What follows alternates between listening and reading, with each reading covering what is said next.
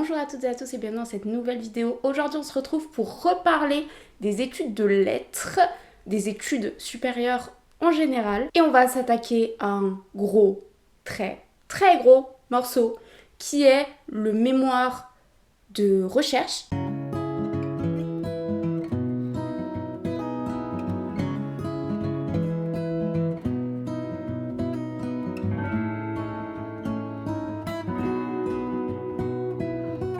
Pour ceux qui débarqueraient sur ma chaîne et qui ne me connaissent pas, je suis actuellement en doctorat en littérature. Cependant, et même si mon parcours est plutôt orienté littérature et sciences humaines, je pense que cette vidéo pourra être utile à tous les étudiants, peu importe le domaine. C'est des conseils qui sont assez généraux et qui pourront, j'espère, s'appliquer à vous et surtout vous aider. Avec cette vidéo, je ne vais rien révolutionner, il y a déjà beaucoup de vidéos déjà disponibles sur le mémoire. Cependant, je pense que vous partagez mon expérience permettra à la fois de vous faire économiser du temps et aussi d'être beaucoup plus efficace dans vos recherches. On commence tout de suite. Le premier point, c'est bien choisir son sujet et son directeur de recherche. Ça peut paraître ultra bête, mais je sais que beaucoup de personnes choisissent leur sujet de mémoire un petit peu à l'arrache ou se le font imposer par des directeurs qui sont un petit peu trop strict. Et franchement, ça c'est le premier piège dans lequel il ne faut absolument pas tomber. Votre mémoire, vous allez le travailler pendant 1 voire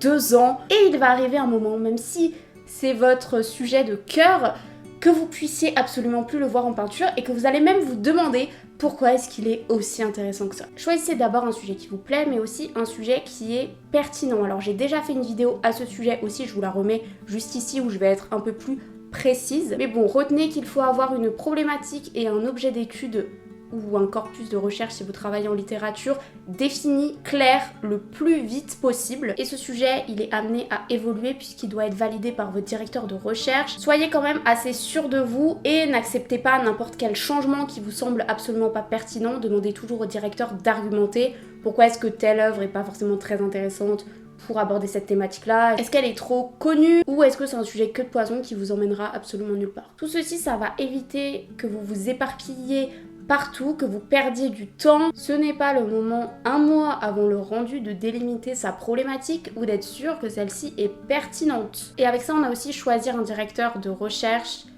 très soigneusement, quelqu'un qui est qualifié dans vos domaines de spécialisation, quelqu'un avec qui vous vous sentez à l'aise et surtout quelqu'un qui s'adapte à vous et à votre sujet. Parlons de directeur de recherche, ça va être mon deuxième point. Comment s'organiser pour avoir des rendez-vous avec son directeur? Alors là c'est très simple, vous allez dès le début vous mettre d'accord avec votre directeur à quelle fréquence vous allez vous voir en rendez-vous. C'est hyper important, il ne faut pas que vous fassiez votre mémoire dans votre coin. C'est un travail qui doit être fait quand même en collaboration. Personnellement, pendant mon master, je voyais ma directrice 1 fois par période, souvent avant ou après les vacances universitaires. Ça me permettait de me laisser le temps d'avancer quand même et d'avoir des choses nouvelles à lui présenter. Évidemment, elle était disponible aussi par mail, mais je pense que c'est important d'avoir aussi des rendez-vous, si possible en présentiel, mais sinon avec la visio, ça se fait très bien pour avoir un contact humain, qu'elle puisse ou qu'il puisse vous faire des retours sur votre travail, corriger certaines choses, répondre à vos questions. Je vous conseille d'arriver à votre rendez-vous avec un document ou alors une feuille qui va récapituler tout ce que vous avez fait depuis que vous vous êtes vu. Écrivez les supports sur lesquels vous avez travaillé, les sources, mais aussi les tâches que vous avez réalisées. Dès les premiers rendez-vous, c'est aussi très important de se mettre d'accord sur les attendus et la mise en page. Parce que ça va dépendre de votre domaine, mais aussi de votre directeur de recherche. Il ne fonctionne pas toujours avec les mêmes normes, que ce soit notes de bas de page, bibliographie. Donc, avant de faire et de passer du temps, un temps infini à faire une bibliographie avec une certaine norme parce que votre copain l'a fait comme ça ou parce que vous voyez ça sur internet, demandez, c'est hyper important et ça il faut le faire dès le début. Mettez-vous aussi d'accord sur la date ou une approximation de date pour le rendu, pour la soutenance, ça vous permettra ensuite de faire un planning, mais on en reparlera. Évidemment, votre directeur ou votre directrice a beaucoup de choses à faire. On a des directeurs qui sont plus ou moins présents dans les travaux de mémoire. Mais comme je l'ai dit, s'ils ne peuvent pas vous proposer des rendez-vous en présentiel, proposez de vous-même de la visio ou alors des comptes rendus par mail plus ou moins régulièrement. Ces rendez-vous, ils vont être très bénéfiques pour vous, mais ils vont aussi jouer en votre faveur pour la note, puisque si un masterand disparaît pendant toute l'année et qui nous pose juste son mémoire à la fin, le directeur n'a pas pu suivre l'évolution, il n'a pas pu voir à quel point vous êtes motivé, engagé dans votre travail, etc. Troisième conseil, et j'en parlais, le planning, et pas n'importe quel planning, puisque nous allons parler d'un rétro planning. Une fois que vous avez la date de soutenance et la date de rendu, vous allez faire votre programme de la fin vers le début. On fait un tableau où on écrit la date de la soutenance, la date du rendu, la date où on doit avoir fini les corrections, la date où on doit avoir fini la première version, etc., etc. On remonte. Et comme ça nous permet de bien étaler tout au long de l'année ou tout au long des 2 ans la charge de travail. Parce que si vous commencez par le début, vous allez soit être trop gourmand et commencer par travailler à blinde pendant 2 mois et ensuite ne plus rien faire parce que vous êtes dégoûté, ou soit vous allez vous rendre compte que vous n'avez pas travaillé assez au début. Prévoyez quand même un planning qui est large avec des cases vides parce qu'il y a forcément un moment où vous allez avoir du retard sur une tâche que vous aviez sous-estimée. Et surtout, gardez en tête que votre planning, c'est le vôtre. Il faut que vous preniez en compte votre vitesse de travail habituelle, vos points forts, c'est ça qui va vous permettre d'avoir un planning efficace et de ne pas être pris par le temps. En quatrième, on va parler de l'organisation numérique vs l'organisation papier. Alors on a des personnes qui sont 100% numériques, des personnes qui préfèrent le papier. Moi je vous conseille une organisation qui sera hybride. Délimitez dès le début ce qui sera fait sur votre ordinateur, votre tablette, etc. Il y a des personnes qui préfèrent prendre des notes sur le papier, faire des schémas, des dessins, etc. Ça dépend aussi de votre discipline. C'est-à-dire que si vous faites un mémoire en géographie sur des cartes, je suppose que vous aurez plus besoin de papier que de numérique, alors que nous en littérature on est assez souple. Malgré tout, je conseille, même si vous avez beaucoup de prises de notes papier, de prendre le temps de temps en temps de les scanner et de les mettre sur un drive, une clé USB, un disque dur. Et pareil, si vous travaillez uniquement sur votre ordinateur, prenez le temps de faire des sauvegardes, des copies de temps en temps, parce que vous n'êtes pas à l'abri qu'à un moment il y ait soit de l'eau, soit que vos feuilles sont dans un état déplorable et que vous n'arrivez plus à lire dessus, ou inversement que vous ayez un problème avec l'ordi sur lequel vous travaillez ou la tablette. Je ne vous le souhaite pas, mais on a toujours des histoires assez rocambolesques qui nous arrivent pendant nos années de master. En tout cas, je vous conseille de très bien ranger vos prises de notes, que ce soit en papier dans un classeur, un porte-revue, etc. ou alors sur un drive avec des dossiers qui sont bien étiquetés, où on sait à chaque fois où chercher pour trouver les informations, sinon ça va être un casse-tête sans fin. Prochain conseil, c'est la liste de lecture. Quand vous allez commencer vos recherches, vous allez voir que beaucoup d'articles ou de documents critiques vont citer d'autres articles et d'autres documents critiques, et là, ça peut être très vite le bazar. Parce que soit vous allez être tenté d'aller voir directement la référence ou l'article qui est cité, et dans ce cas-là, vous allez vous éloigner et vous éparpiller par rapport à ce que vous étiez en train de faire sur le moment. Ou soit vous allez dire oui, je me souviendrai de ça, et 2 jours plus tard, vous ne savez même plus de quel texte il était question. C'est simple, je vous propose de faire une liste de lecture où vous allez répertorier les livres, les articles qu'on a pu soit vous conseiller dans d'autres ressources, soit que votre directeur a pu vous conseiller, et vous organiser par thématique et par ordre de priorité. Deuxième feuille que je vous conseille de faire, c'est un endroit où vous allez compiler toutes les questions ou les remarques qui vous passent dans la tête quand vous travaillez ou quand vous ne travaillez pas. Ouais, parfois vous êtes tellement la tête dans votre mémoire que vous y pensez absolument tout le temps, et qu'une idée, et une très bonne idée, peut surgir à n'importe quel moment. Et là, je vous conseille encore une fois de la noter, parce que sinon vous allez l'oublier, vous allez peut-être passer à côté du meilleur chapitre de votre mémoire.